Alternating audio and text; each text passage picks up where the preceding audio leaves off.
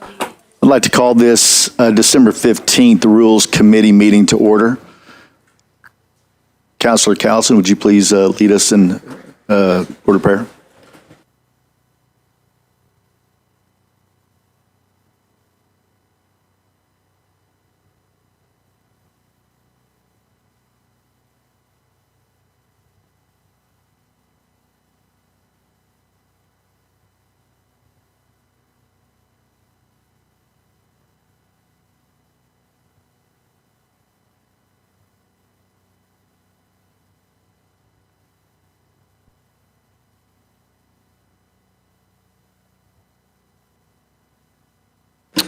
Thank you, Councilman Callison. Shelley, would you conduct roll call, please? Yes, sir.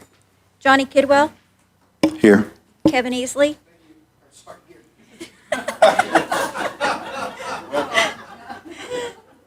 Sasha Black Fox Qualls. Danny Callison. Julia Coates.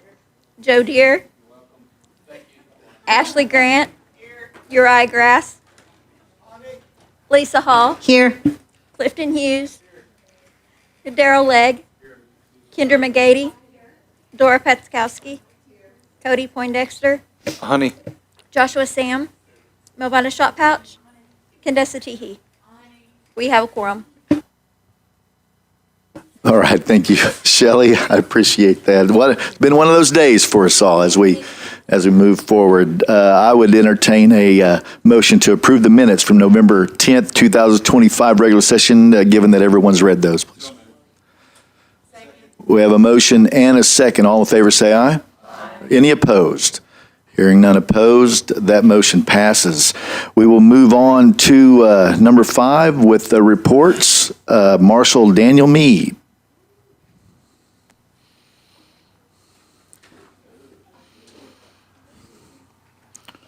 Hi, Marshal. Merry Christmas. Merry Christmas. CEO Council. All right. You guys have my report. Is there anything you guys have any questions about or like to know? Are there any questions for Marshal? Councilman Deere. I just got a comment. You know, we just finished all these parades and the ones in Tulsa, Owasso, those different areas, Collinsville. It was good to see your marshals participate in all those parades. Well, thank you. The presence of that has really changed over the last couple of years, and it shows we're growing, securing public safety. So I just want to say thank you to your staff, you know, just even having those small things that matter. Oh, definitely. So, I'll thank definitely you. pass that along. Thank you. All right, good words, Councilman. Is there any other questions or comments for Marshal Meade? All right, Marshal. All right. Well, looks like you're going to have a Merry Christmas after all. All right, So this is a very, short one right very here. merry. Thank you for coming in today. We appreciate everything you do. All right, next up, Office of the Attorney General, General Chad Harshaw. Merry Christmas, sir. Thank you, Mr. Speaker, and Merry Christmas and Happy Holidays to each of you. I do have a pretty significant update to share with respect to the hunting and fishing rights litigation that we filed since this body last met. I did provide an update to all of you as to when that filing occurred, but just to kind of give you all a little bit of background. As we all know, the nation had for many years a mutually beneficial hunting and fishing compact with the state of Oklahoma that provided broad licensure across the state in exchange for a small payment in addition to federal funds that were made available as a part of that agreement for conservation practices all across the state. Under our current governor, that compact was terminated back in 2021. And as we all know, after that, we adopted and amended significantly our hunting and fishing code to put together a robust licensing scheme for tribal citizens to hunt and fish across the reservation.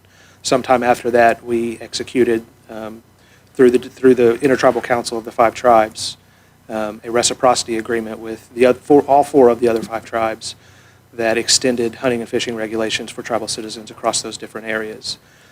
Since that time, there have been numerous occasions where there was tension between our efforts to regulate hunting and fishing within Cherokee Nation and the State Wildlife Department, and that's, I believe, has also been the experience that other tribes have had.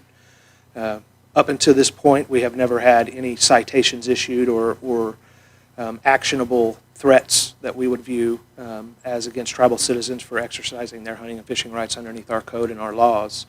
But that did change in early November. around that time, before the opening of hunting season, the State Wildlife Department became quite aggressive in publishing what they intended to do in Indian country, which was to issue citations to Indians for exercising those rights if they did not have a state license. The Wildlife Department had published information that would direct wildlife agencies to take that action, and it's my belief that that was done in coordination with Governor Stitt's policy against tribes and tribal rights. The result of that created a pretty critical situation. We do know that in the Cherokee Nation there were threats of citations and warnings issued against tribal citizens who were following our law as they have the right to enjoy, and as we have directed them to do so. And that resulted in litigation being filed in the Northern District along with the Chickasaw Nation and the Choctaw Nation, asserting hunting and fishing rights on behalf of the Cherokee Nation. We've asserted them on behalf of our code and our boundaries, as did the other tribes in theirs. The case has been filed. It hasn't been set for hearing yet. We did request injunctive relief that would be a court order directing the Wildlife Department to not engage in that conduct as against tribal citizens. A hearing has not yet been set by the court, although we do expect filings to occur at the very end of this week, or perhaps sooner, by the state, as we've accomplished the process of service and all of those different things. So we're kind of in a pattern right now. We're waiting to see what the filings are going to look like in terms of what the state's going to say in response to the litigation, and then also any scheduling that could occur on behalf of the court. And so this is not a small piece of litigation. It's something we've thought about on our end very carefully, but I believe it's necessary when we find ourselves in a position where action is being threatened against tribal citizens for following the law and exercising the rights that we know that they have as guaranteed by significant treaties with the United States. So that is an issue that our office has been working on. It is a very important piece of litigation, and looking forward to seeing the court take this issue up, hopefully expeditiously, so we can get hearings scheduled and get the matter resolved. And I don't know if you all have any questions about that. I know that there's been some notices have been provided, at least from my office, and there's also been some discussion in the media, and I expect that to probably become more significant as the litigation progresses, in addition to all the other cases that we have across courts all across the country. So if there's any specific questions on that, I'd love to address those if I could. All right, General Harshaw, thank you, sir. Are there any questions for General Harshaw? Yes, Councilwoman Coates. This might be kind of a complex question because it's drawing in other issues as well, but as I recall from teaching this, this is predicated in governmental interests that we are asserting that we never gave up under the 1906 Act or other similar types of legislations, and so governmental interests would include water rights as well as some others.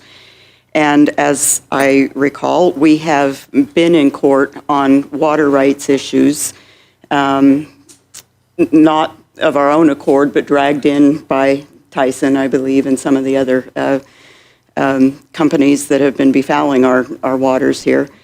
And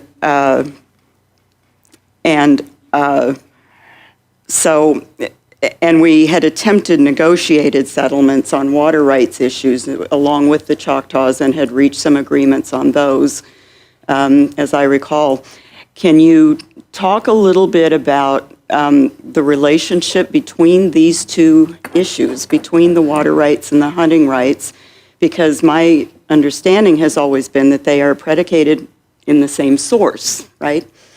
And so are there things about the outcomes on the water rights cases and negotiations and so forth that would pertain here, would be beneficial to us, would be applicable? I mean, it's just kind of a general question, but are there ways in which the two issues are still continuing to relate in our activities these days? Absolutely. And to answer your question, I think absolutely. Now, as far as getting into the details of some of the legal theories that we may bring to bear on this case and others, I could keep it kind of general, but one of the things that courts look at in the case law across many jurisdictions in Indian country across the United States is the recognition, fundamentally of hunting and fishing rights as inherently existing in a reservation. Now, when you look at specific treaty language, there's also other aspects of our historic agreements and agreements with the United States that reflect what rights we do have and what rights we don't have with respect to our reservation. And so water rights are kind of aligned in a lot of similar ways in terms of the way the case laws interpreted inherent rights that tribes have on their reservation boundaries. But I think hunting rights and fishing rights are a little bit different. Most of the treaties that you see across Indian country specifically reference that right, even if it's, especially because it was such an important part of traditional lifeways in a reservation when these were established those many years ago. And so, yeah, I do think there's a lot of similarities between those two, but I think in particular hunting and fishing rights have been very favorably adjudicated for tribes across this country and historically. And so, we have a great team working on our case as we advance it through the courts. Unfortunately, we find ourselves in a position where, the path of cooperation with the state is very complex these days. And so, as we always have, we will assert our rights that we know exist within our reservation in federal court, and look forward to getting this case moving as expeditiously as we can in the Northern District.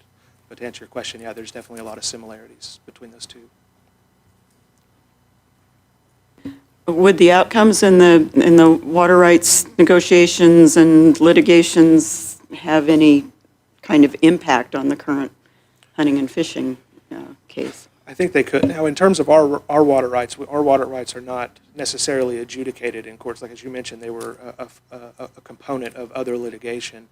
I think it could impact it. I mean, it creates a precedent for Oklahoma, what tribal rights exist in Oklahoma with this whole body of law that evolved after removal. I definitely think it could. We also have the McGirt-related cases that have not redefined, but recognized the reservation boundaries in a way that Oklahoma didn't believe to exist before, that could inform a court's decision-making, or the precedent surrounding all of that could definitely impact the result. All right, thank you, Councilwoman. Anyone else? Councilman Deere. Hey, Chad, I just recently toured the Tulsa Juvenile Center with their upgrades, and I was talking with Judge Gray, and obviously we're talking about different dockets and how things work. So my question is, with your dockets in our juvenile, and then now Judge Gray's gone, now there's another one in, have you had a reduction in staff or an increase in staff with your people that work those dockets? Because they've had changes as well. So basically the question is, how are we doing up here? Because I see what they're doing down there. I believe our juvenile justice program is working quite well. From my office, we manage the prosecutorial side of it in collaboration with the judicial system. And to my knowledge, I think of course, we're always expanding and trying to open up different services that we can provide, particularly in those sensitive communities like juvenile programs. But I think our program is working, very well. As far as reduction in staff, I don't know that that's occurred over here in our part of the world. Although we are, trying to expand those programs as much as we can. How many do you have up here versus like what Tulsa has? I know they run a skeleton crew down there at the juvenile center. I don't have the exact numbers in front of me, but I can get back with you on the staffing, profile that we have on the AG's office. There's also, staffing over in the Marshal Service and staffing over in the court, all three working together to resolve these cases, but I can get back to you on the specific number. All right, thank you. Thank you. All right, thank you, Councilman. Councilwoman Shout-Pouch, please. To your knowledge, are you aware about how heavy of a citation? Has there been any on hunting citation? Are you aware of? So the Wildlife Department handles what they view as violations in a couple of different ways. They handle it through citations, which we don't have any direct citations against tribal citizens, but they also have an administrative fine process where they engage someone, a hunter out in the field who they view as having violated state law. They issue an administrative fine that's not in the form of a citation. It's handled interagency, and I know that there's been a number of those. But as far as the actual dollar amount of a citation, I don't know off the top of my head what that is. It would really depend on the type of activity that they believe to be inconsistent with state law. And then, of course, the state courts don't have jurisdiction, which is why they should be forwarding those cases over to us. Okay, thank you. All right, thank you, Councilwoman. Is there anyone else? Councilwoman Dr. Teehee. Recently in the news, there have been reports that a rider was attached to a defense bill for Lumbee recognition. And I was wondering if there were maybe any updates on where that might be, or if there was anything you might be open to share on what's happening there. Yeah, it's my understanding, and I've read similar reports about the defense bill including a rider for Lumbee recognition. I haven't had the opportunity to review that document in much detail, but I do think that that's accurate.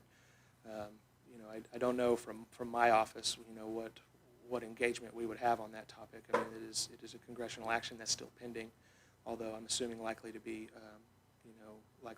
resolved and approved, through the legislative process. But other than that, I don't have anything to share about the Lumbee recognition or the legislation tied to that. Okay, I know it's a matter of great concern to the Eastern Band.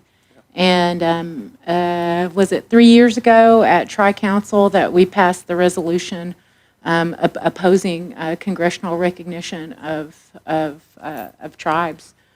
So I just thought I would kind of ask that question, because I know it's something that it's been posed to me as an individual tribal counselor.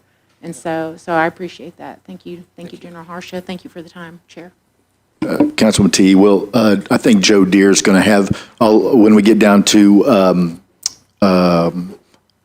announcements at the end of this meeting here, this rules agenda meeting, I think Joe Deere has an update for us, and then I'll give him the floor for a few minutes and let him tell us what's going on there. But before we move on, is there any more questions for General Harshaw?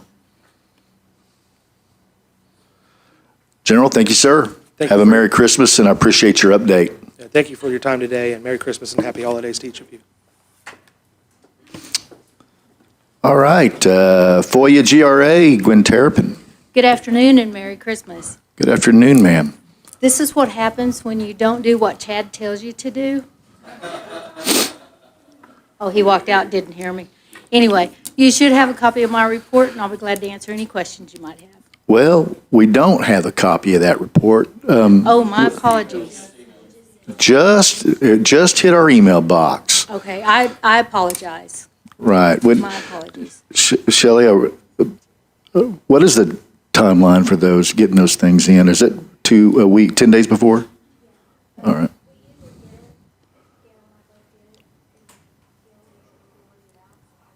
All right.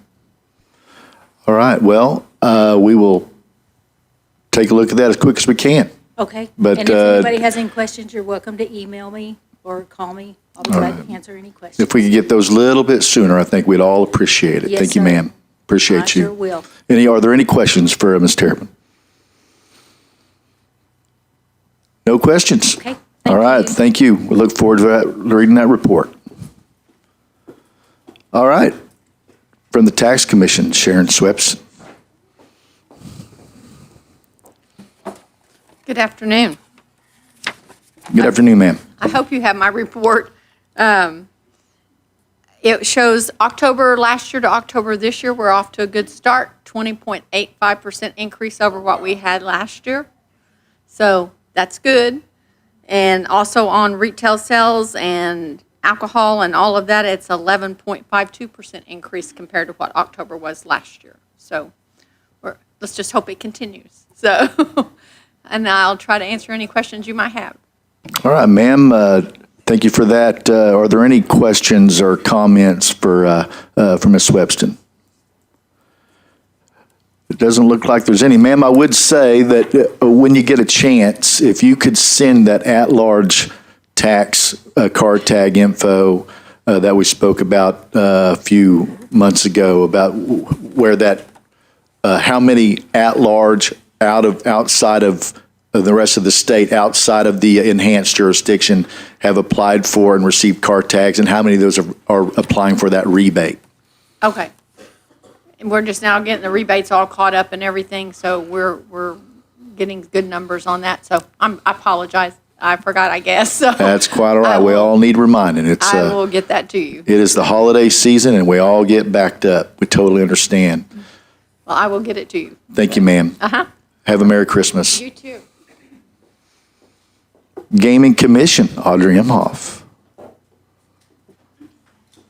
Merry Christmas, ma'am. Merry Christmas. You should all have a copy of my report. I did want to highlight something off of there.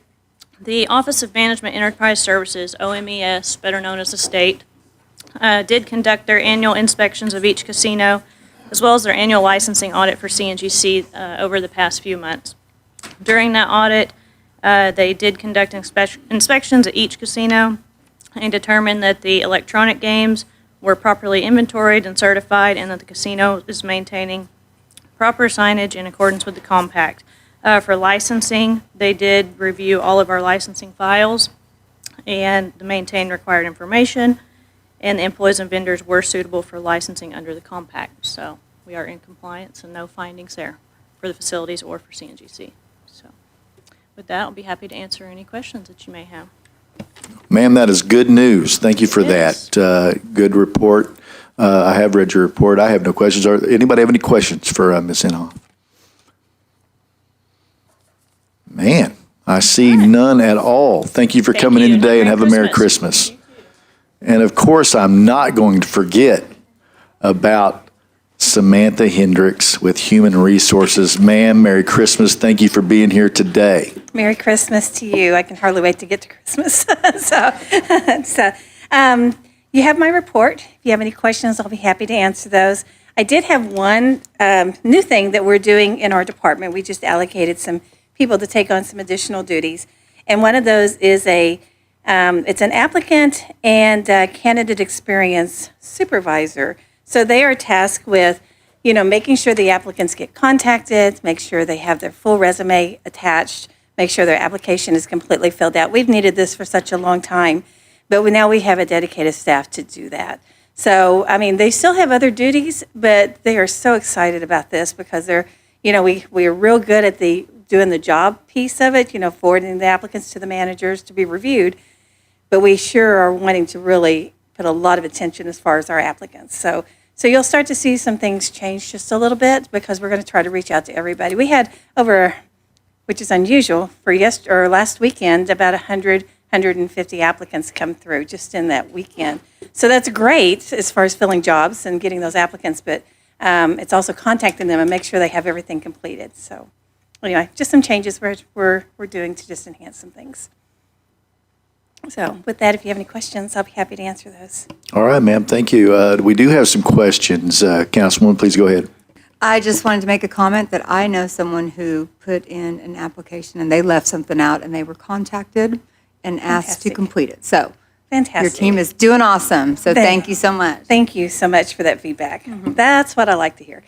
So, We like good feedback. Anyone else have any questions or comments for Ms. Hendricks? Councilor Callison, please. Yeah, Ms. Hendricks, thank you for coming today. I know on your report, you've got page 33 that tells you how to apply. yes. Is it okay for us to put that on a website, or have you got a little picture deal that you could share with us to where we could tell people how to do that? I can sure do that. I can send that out along with the link that all they have to do is click on it. Thank and it'll go you straight to them. You bet. Okay, thank you very much. Thank you. Okay, are there any other questions? No questions, no comments. I will say that I appreciate your team. I had some HR questions recently myself, and man, they were on it. They were dialing my number before I ever felt like before I hit the send email button on the email. But they do great work. I know they do a lot of work. I know they're getting calls every day, like every other department, and we really appreciate everything they do. Thank you. Thank you very much. They have a quota to call back within 24 hours. So, They're doing anyway, great. Thank you very much for the feedback. I'll certainly share it with the team. Yeah, please tell them we said thank you. Thank you. I sure will. All right, ma'am. Okay. Thank you. You guys have a good Christmas. All right, old business, there's none pending. New business. Yes, Councilwoman. Mr. Speaker, I would like to amend the agenda to include the two items from the resource meeting today. All right, we have a motion to amend the agenda to include items A and B out of Resource Committee today, and we have a motion and a second. Is there any discussion? Hearing no discussion, all in favor say aye. Aye. Are there any opposed? There are none opposed. That motion passes. So, Councilwoman Hall, if you would take number one, please. Okay, thank you. A resolution ratifying litigation in the United States District Court for the Northern District of Oklahoma. I put this in a form of a motion. All right, we have a motion and a second. Is there any discussion? Hearing no discussion. All in favor say aye. Any opposed? There are none opposed. That motion passes, and that needs to go to Tribal Council later on this evening, Shelley. Thank you. Councilman Clifton Hughes, would you take item B, please? Yes, sir, thank you. A resolution authorizing a limited waiver of sovereign immunity of the Cherokee Nation in connection with the Native American Agriculture Fund grant and agreement. I put that in the form of a motion. All right, we have a motion and a second. Is there any discussion? Hearing no discussion. All in favor say aye. Aye. Is there any opposed? There are none opposed. That motion passes. All right, we'll move on to announcements. Are there any announcements in the Rules Committee here today? We're going to get right to that. Thank you, Councilwoman. I have a couple announcements, but the first thing we'd like to do, Councilman Deere has been tracking that vote today in Congress. So, Councilman, if you would give us just a short update on what you know to be happening. Thank you, sir. Okay, well, we know there's 574 tribes, and only 12 have gone through the FOIA process. The other ones are treaty tribes or Congress passed. So this one, in 1956, it was called the Lumbee Recognition Bill. Now it's the Lumbee Fairness. Because in 1956, they did the recognition but denied all benefits. If they have attached it to the defense bill, and the defense bill is $900 billion.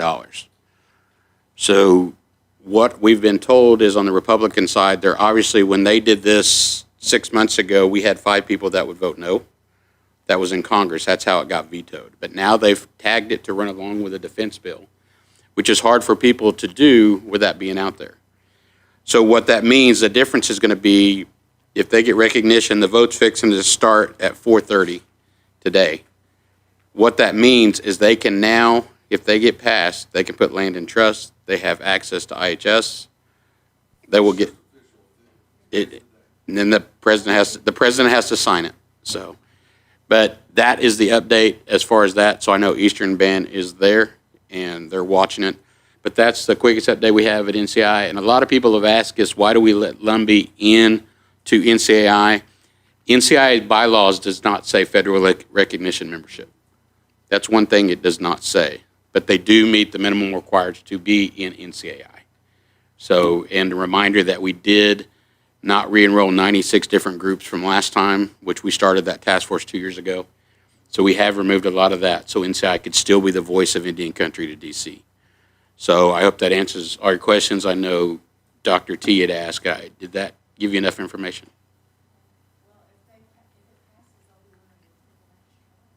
They have 65,000 people right now. All right, Councilman, thank you very much for that update. Are there any questions for Councilor Deere? Councilor Cowson, please. Councilor Deere, can you tell us which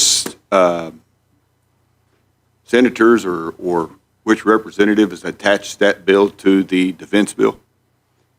Because that would might be heavy on the voting come the next election cycle. Well, we do know some people have been in there, like Schumer, Mark Wayne, because they're on the Indian Affairs Committee in DC.